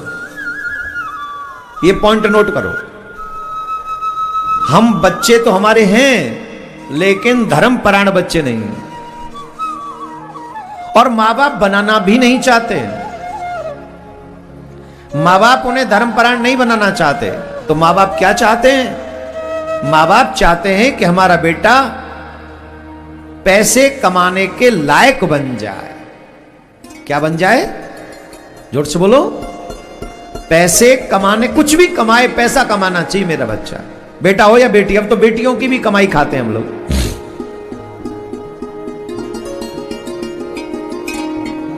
ये जस्ट फॉर नॉलेज में दे रहा हूं, बेटियों का कमाया हुआ खाना नहीं चाहिए। अगर किसी की बेटी नौकरी कर रही है तो उस बेटी के अकाउंट में ही सैलरी डालते रहो, तुम उस बेटी के धन को ग्रहण मत करो। ये हमारा निवेदन है सबसे। और अगर कोई बहुत मजबूरी हो, विषम परिस्थिति हो, एकमात्र बेटी हो, तो फिर भगवान से प्रार्थना करो और जो उचित हो वो करो। वैसे भी कहते हैं आफत काले मर्यादा नास्ति। जब संकट का समय हो तब मर्यादा महत्वपूर्ण नहीं रहती, उसको छोड़ दें उस समय, कोई बात नहीं। लेकिन जब सामर्थ्य हो, सब ठीक ठाक चल रहा हो, तो फिर हमें बेटी की कमाई नहीं खानी चाहिए, अपना ही प्रयास करें। भगवान सबके साथ सत्संग सुनते हैं। आज हमारे, मैं ऑलवेज कहता हूं इस बात को, अगर आप लोग भी नोट करें, मुस्लिम भाइयों के 95% बच्चे जानते हैं कि कुरान में क्या लिखा है। क्रिश्चियन भाइयों के 90% बच्चे जानते हैं कि बाइबल में क्या लिखा है। परंतु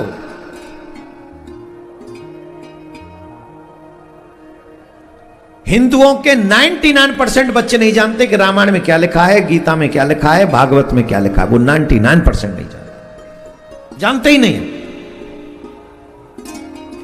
और ये वो कटु सत्य है जिसे आज हिंदू जगत स्वीकार नहीं करना चाहता। और क्यों नहीं स्वीकार कर?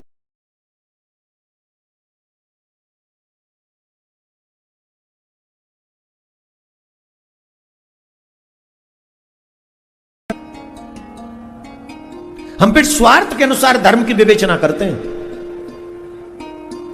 सच तो यह है, धर्मात्मा वही है जो धर्म के अनुसार चले, और कलयुग का धर्मात्मा वैसा है जैसा वो खुद चाहे वैसे धर्म का निर्माण करे। ये कलयुग का प्रभाव है।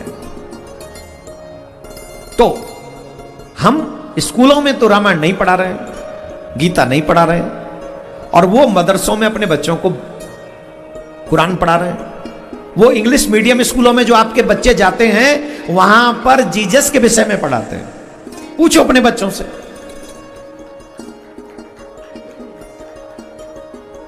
जीसस के विषय में पढ़ा रहे हैं। वो कौन सी मेरी है उनके विषय में पढ़ा रहे हैं। क्या नाम है उनका?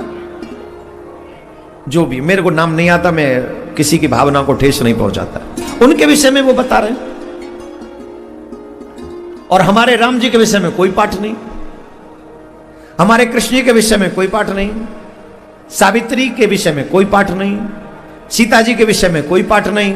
हमारे यहाँ छोटे छोटे बच्चों को यह सिखाया जा रहा है। आज कॉलेजों में चले जाओ, स्कूलों में चले जाओ, जब तक बॉयफ्रेंड गर्लफ्रेंड ना बन जाए तब तक ऐसे लगता है जैसे अभी जीवन में कुछ है ही नहीं।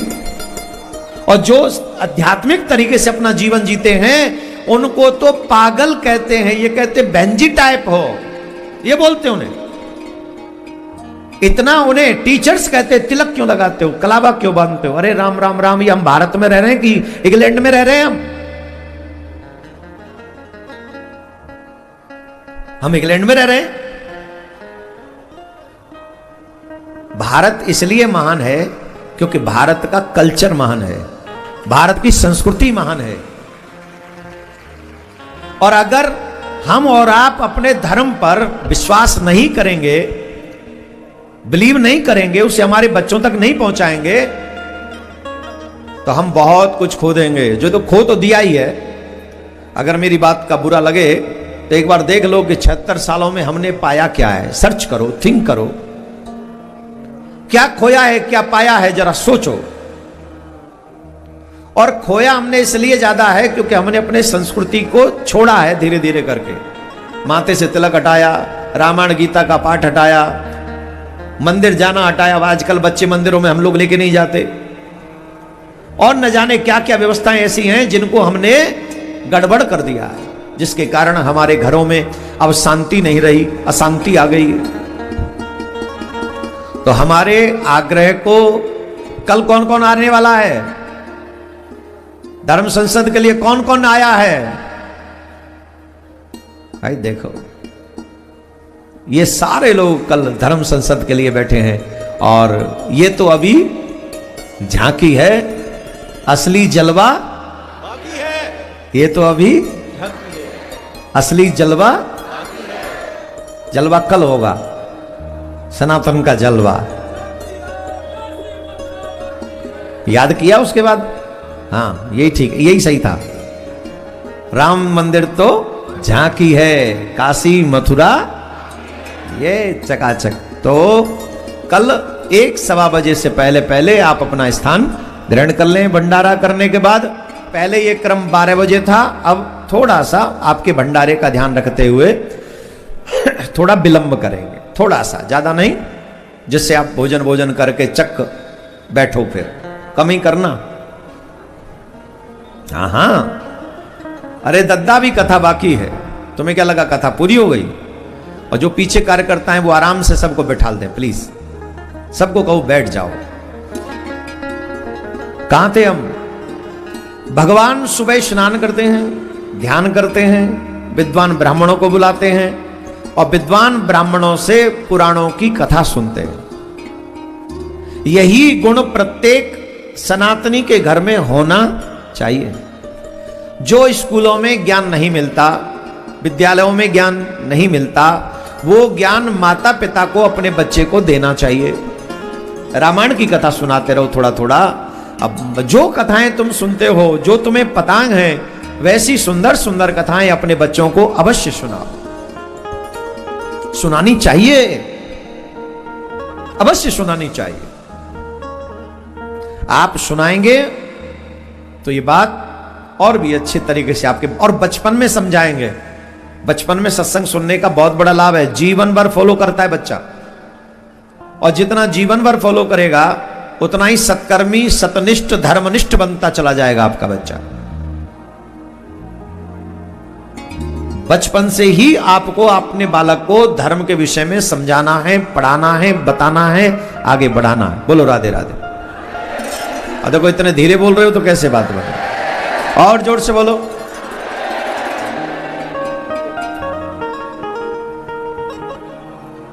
आवश्यक है, परम आवश्यक। तो भगवान स्वयं सत्संग करते हैं, अपने बच्चों के साथ, बालकों के साथ सत्संग करते हैं, विद्वान ब्राह्मणों को बुलाते हैं। और उसके बाद राजकाज में व्यस्त हो जाते हैं। ऐसे ही भगवान द्वारिका में अनेकों लीला कर रहे हैं, अद्भुत लीला कर रहे हैं। एक बहुत सुंदर प्रसंग है। कृष्णस्यासि सखा कश्चित ब्राह्मणो ब्रह्मवित्तमः विरक्त इंद्रियार्थेषु प्रशांतात्मा जितेंद्रिय। एक बार भगवान श्री कृष्ण विद्या अध्ययन करने के लिए जा रहे थे सांदीपन गुरुजी के यहां। तो सांदीपन गुरुजी के यहां जब विद्या अध्ययन करने के लिए जा रहे थे तो मार्ग में किसी शिशु के रोने की, बालक के रोने की आवाज आई। भगवान ने सारथी से कहा, सारथी रथ रोको, देख के आओ कौन है जो यहां रो रहा है। सारथी ने रथ रोका। देखो मानव जीवन मिला है ना, तो किसी के दुख का कारण मत बनना, हो सके तो सुख के कारण बनो। किसी को सुख दो, दुख मत दो किसी को। और आज हम दुख का कारण बनते हैं, मोस्टली सुख का कारण कम बनते हैं। होना चाहिए हम सुख का कारण बने, दुख का कारण न बने। और ये सब संभव है। अभी कल तक कौन कौन रहने वाला है? कुंभ में भ्रमण करोगे? आज कथा के बाद भ्रमण करोगे? हैं? आज आप लोग भ्रमण करते समय सभी को सनातन धर्म संसद के विषय में बताएं। जहां भी जाएं कहें कि भैया 17 सेक्टर में पहुंचो कल, और अपने धर्म की सुरक्षा के लिए हम सब एकत्र। हालांकि जितनी संख्या अभी है यही संख्या कल आ जाए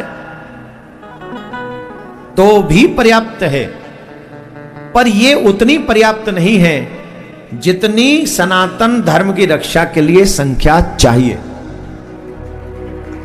उतनी पर्याप्त नहीं। हमने सारे पर्दे खोल दिए इधर भी, फिर भी देखो पीछे तक लोग खड़े।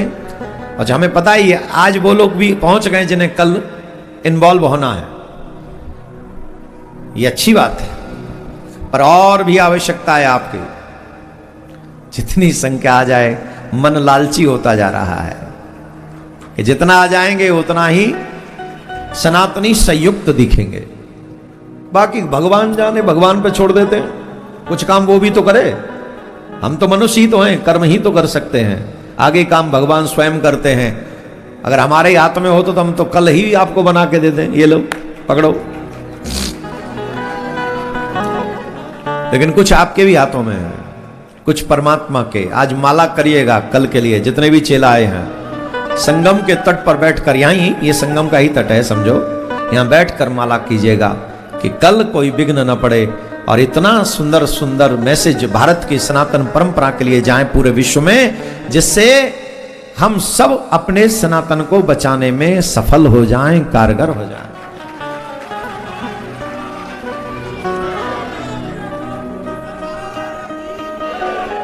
तो ये बात आपसे निवेदन करनी थी। और आज का ही समय, अब तो 24 घंटे कहां बचे, अब तो आवर्स में बचा है। अब आवर्स में बचा है तो दिल की धड़कन और तेज हो गई है। हो जाओ तैयार साथियों, अब तो तैयार होना ही पड़ेगा। हाँ, अब तो कथा भी दिमाग में आ रही है और जा रही है, ये हालत हो गई है। सिर्फ कल दिख रहा है, तो आशा करता हूं आपको भी वो कल दिखे, सनातनियों को वो कल दिखे, और सिर्फ वही दिखे जो मैं देख रहा हूं। कहीं वो न देख लें जो मुझे पता भी नहीं, फिर भी एक्स्ट्रा देख लो, तो प्लीज एक्स्ट्रा मत देखना। जो मैं देख रहा हूं उतना ही देखना, और जब समझ में ना आए कि मैं क्या देख रहा हूं तो एक बार मुझसे पूछ लेना कि भाई तू देख क्या रहा है, क्यों देख रहा है। नहीं, कई लोग एक्स्ट्रा समझ लेते हैं, ये इसलिए कर रहा है, ये इसलिए कर रहा है। हम सच कह रहे हैं, यहां बैठ के हम सिर्फ सनातन की सुरक्षा के लिए कर रहे हैं, हमारा इसमें कोई लेना देना नहीं। और इस बात का कल आपको पता चल जाएगा कि हम क्यों कर रहे हैं। बाकी का आप जाने, आप सामर्थ्यवान हैं, सभी लोग बुद्धिजीवी हैं। मैं तो निष्कपट मन से कहता हूं, जो मेरे हृदय में होता है वही मैं सबको कह देता हूं, और जो मेरे हृदय में नहीं होता वो मेरे से बोला नहीं जाता। बस इतनी खता है मेरी, यही अपराध है कि मैं झूठ नहीं बोल पाता हूं, छल नहीं कर पाता हूं। जो मेरे हृदय में आता है वो मैं कह देता हूं। लोग योजनाएं बनाते हैं, मुझे योजना बनानी नहीं आती, बस यही मात खा गया मैं भी अगर योजना बना के चलता तो मेरा भी कुछ हो जाए। राधे राधे बोलना पड़ेगा। तो भगवान ने जब सुना कि किसी बालक के चरण में कांटा लगा है तो भगवान दौड़े, रथ से कूद कर पहुंचे और चरण पकड़ लिया। बताओ कौन से चरण में कांटा लगा है, मैं आपके चरण का कांटा निकाल दूंगा। सुदामा जी ने कहा मेरे चरण मत छूइए, आपको देखकर ऐसा लगता है कि तुम किसी राजा के पुत्र हो, और मैं दीनहीन ब्राह्मण हूं, अगर मेरा चरण तुम छुओगे तो तुम्हारी शोभा नष्ट हो जाएगी। भगवान कहते हैं कैसी बातें करते हो आप, ब्राह्मण के चरण छूने से शोभा नष्ट नहीं होती, ब्राह्मण के चरण छूने से शोभा बढ़ जाती है। कई लोग ऐसा मानते हैं कि हम लोग प्रधानमंत्री मोदी जी की एक्स्ट्रा बड़ाई करते हैं। कईयों को लगता है कि आप लोग धर्माचार्य हो, आपको क्या जरूरत है। देखो मैं आप सबकी जानकारी के लिए बता दूं, मैं जीवन में सिर्फ एक बार मिला हूं प्रधानमंत्री जी से, एक बार।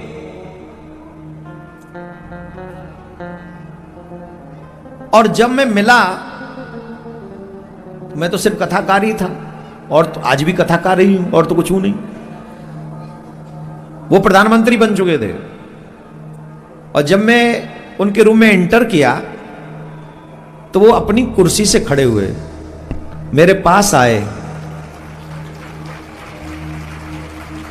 एक ब्राह्मण का इतना सम्मान हम पे है क्या? ना हम पे वोट ज्यादा, ना सपोर्ट ज्यादा, हम पे तो कुछ भी नहीं। खुद चल के आए, कुर्सी छोड़ी, आई आई राधे राधे। और उन्हें इतना याद था कि अहमदाबाद में हमको एक कार्ड मिला था जब हम मुख्यमंत्री थे, हम आ नहीं सके थे आपके उत्सव में, उन्हें ये याद था। गदगद हो गया हृदय, ब्राह्मण को इतना ही चाहिए, इससे ज्यादा चाहिए भी नहीं। तृप्त हो गई आत्मा, गदगद हो गई आत्मा। ये जो सम्मान, जो संस्कृति है, ये सनातन संस्कृति है। राजा को कोई जरूरत नहीं है किसी के हाथ जोड़ने की, खड़े होके आने की कोई आवश्यकता नहीं। क्या आवश्यकता उन्हें? प्रधानमंत्री हैं, यूं कर दे यूं, हम जैसों को तो 1 सेकंड में पीस दें। हम क्या लाए? कोई भी क्या लाए? तुम लोग क्या लाए उनके आगे? लेकिन एक प्रधानमंत्री एक ब्राह्मण के लिए, कथावाचक के लिए खड़ा होगा और हाथ जोड़ के कहेगा राधे राधे। हमारे लिए तो उसी समय स्वर्ग हो जाता है कि हमारे देश का राजा ऐसा है। इसलिए ये संस्कार हमें मजबूर करते हैं उनकी प्रशंसा करने के लिए। नहीं तो हम कई एमएलए एमपीओ से ऐसे मिलते वो यूं, अच्छा महाराजा है, आइए आइए महाराज, खड़े नहीं होते हो, आइए। अच्छा हमने उनका ही क्या बिगाड़ लिया? वो खड़े नहीं हुए तो हमने उनसे ही कौन सी कुर्सी छीन ली? हम भाई औकात क्या है? बोलो, कुछ कर पाए उनका? भैया तेरी मर्जी। पर उनको हम याद रखेंगे ही नहीं कभी। हम याद ही उनको रखेंगे जो दूसरों को आदर देना जानता है, जो अपने संस्कारों का पालन करता है, जो अपनी संस्कृति का पालन करता है। इसलिए हम मोदी जी की प्रशंसा करते हैं, और काम भी किए उन्होंने। राम मंदिर बना के दिया है उन्होंने, 370 हटवा के दी है। और क्या चाहिए? हम तो ये कहते सनातन बोर्ड और बनवा दो लगे हाथन, और मथुरा में जन्मभूमि और बनवा दो, सियावर रामचंद्र की जय। जीवन भर एक कथा भागवत कथा, दूसरी कथा मोदी कथा, शिव पुराण कथा सब छोड़ देंगे, सारी कथाएं छोड़ देंगे, 2 ही कथा किया करेंगे, एक भागवत कथा और एक मोदी कथा। किस लिए कहेंगे? जो हमारे धर्म की रक्षा करेगा हम उसका यशगान करेंगे, इसमें कोई संशय नहीं। और सारे सनातन जगत को खड़े हो जाना चाहिए ऐसे लोगों के साथ जो हमारे धर्म को रक्षा करने का वचन देता है, कर्म करता है। इसलिए प्रशंसा करते हैं, फोकट में नहीं करते। इतनी बड़ाई तो अटल बिहारी वाजपेयी जी की भी नहीं करी हमने कही। क्यों नहीं करी? क्योंकि उन्होंने राम मंदिर नहीं बनवाया। क्यों नहीं करी? उन्होंने 370 नहीं हटवाया। अगर हम जातिवाद करें तो अटल जी ब्राह्मण है, हमें तो उनकी ज्यादा बड़ाई करनी चाहिए। पर नाम आइडिया और व्यासपीठ जातिवाद नहीं करती, ये तो सिर्फ धर्मवाद करती है। हमारा धर्म आगे बढ़े। अच्छा, तुम्हें कसम लगे, जो मैं कह रहा हूं वो मत मानना। अभी भूल जाओ, मैं तुम्हारा गुरु 1 सेकंड के लिए, और मेरी आज्ञा भूल जाओ 1 सेकंड के लिए। और अब सच बताओ, क्या ऐसे लोगों की प्रशंसा करनी चाहिए कि नहीं करनी चाहिए? अब बोलो। मैं तो राहुल गांधी जी से भी कहता हूं, गांधी जी प्लीज कृष्ण मंदिर बनवा दो।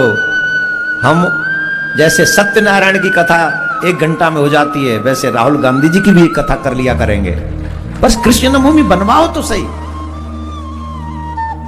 अब आप हमारे सनातन बोर्ड नहीं बनवाओगे, आप हमारे कृष्ण भूमि मंदिर नहीं बनवाओगे, और हम मोदी जी की तरह प्रशंसा करें, यह संभव नहीं है। देखो, हम किसी के प्रशंसक और निंदक नहीं है। जो श्रेष्ठ कर्म है हम उसके प्रशंसक हैं, और उन्हीं की बड़ाई हम करेंगे। हम कर्म की प्रशंसा, स्वभाव की प्रशंसा। राधे राधे बोलना पड़ेगा, ऐसे नहीं, जोर से बोलना पड़ेगा, और जोर से बोलना पड़ेगा। धीरे नहीं बोलना है, चकाचक होना चाहिए। भगवान श्री कृष्ण ने कहा, मुझे कांटा निकाल ले दो। आज जाने की जल्दी तो नहीं? नहीं, जो कल्पवास कर रहे हैं उनसे पूछ रहा हूं, जल्दी है? हैं? आज बैठो। जय महाराज। प्यारे,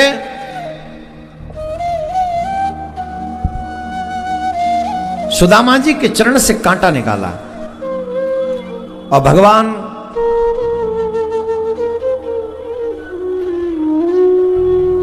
श्री कृष्ण सुदामा जी को जब देख रहे हैं, तो सुदामा जी ने कहा, मैं आपको क्या दूं? भाई, कोई भी हमारा हित करे तो उसे कुछ देना चाहिए, नहीं तो उसका ऋण चढ़ जाता है। आपने हमारा कांटा निकाला है, हम आपको क्या दें? मेरे पास कुछ नहीं आपको देने को। तब भगवान ने कहा कि जिस चरण से मैंने कांटा निकाला है, उस चरण को मेरे सर पे रख दो, मुझे सब कुछ प्राप्त हो जाएगा। सब कुछ। ये सब प्राप्त होगा। ठीक। सुदामा जी ने गले से लगाया, सोचने लगे, इतना सुंदर स्वभाव, इतना सुंदर तन, मन भी सुंदर, तन भी सुंदर, स्वभाव भी सुंदर, कर्म भी सुंदर, कहीं तुम भगवान तो नहीं हो? भगवान तो नहीं हो कहीं? सच यह है, इस संसार में कांटा निकालने वाले लोग नहीं हैं, कांटा चुभोने वाले बहुत हैं। बहुत हैं कांटा चुभोने वाले। यहां कांटा निकालना नहीं चाहते लोग, कांटा चुभोना ही जानते हैं, वो चुभाना चाहते हैं। और तुम्हारे जीवन के हर कांटे को अगर कोई निकाल सकता है तो मेरा कृष्ण ही निकाल सकता है। इसलिए मेरे कृष्ण के बनो, मेरे गोविंद के बनो। मेरा गोविंद ही है जो तुम्हारे जीवन के हर कांटे को निकाल के बाहर फेंकेगा। आशा एक राम जी से, दूजी आशा छोड़ दो। आशा एक राम जी से, दूजी आशा छोड़ दो। नाता एक राम जी से, दूजा नाता तोड़ दे। नाता एक राम जी से, दूजा नाता तोड़ दे। आशा एक राम जी से, दूजी आशा छोड़ दे। आशा एक राम जी से, दूजी आशा छोड़ दे।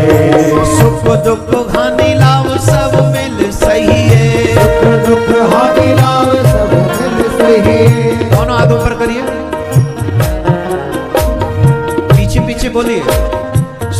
दुख हानि लाभ सब मिल सही है, सुख दुख हानि लाभ सब मिल सही। जाए वेद राखे राम, आए वेद रहिए, जाए वेद राखे राम, आए वेद रहिए। ओ सीताराम सीताराम सीताराम कहिए, सीताराम सीताराम सीताराम कहिए। क्या बोलना पड़ेगा? ऐसे नहीं, जोर से बोलना पड़ेगा। आप विराज जाइए सब।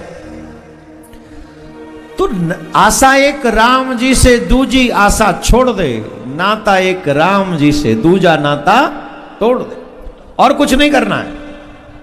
सुख दुख हानि लाभ सब मिले सहिए, जाई वेदे राखे राम ताही वेद। तो ये भगवान का स्वभाव है। भगवान ने सुदामा जी से मित्रता की कि आप हमारे मित्र बन जाओ। भगवान ने सुदामा जी को मित्र बनाया। संदीपन गुरुजी के यहां पढ़ने के लिए गए। जैसे ही भगवान त्रिलोकीनाथ सांदीपन गुरुजी के यहां पहुंचे और सांदीपन गुरुजी ने त्रिलोकीनाथ को देखा तो उन्हें अपने गुरु के वाक्य याद आ गए। कलयुग है, खान पान बदल रहा है, इसलिए व्यक्ति का स्वभाव बदल रहा है और निष्ठा भी बदल रही है। धर्म वो नहीं है जिसे मेरा मन मान ले, धर्म वही है जिसे ग्रंथ हमारे बताते हैं, वही धर्म है।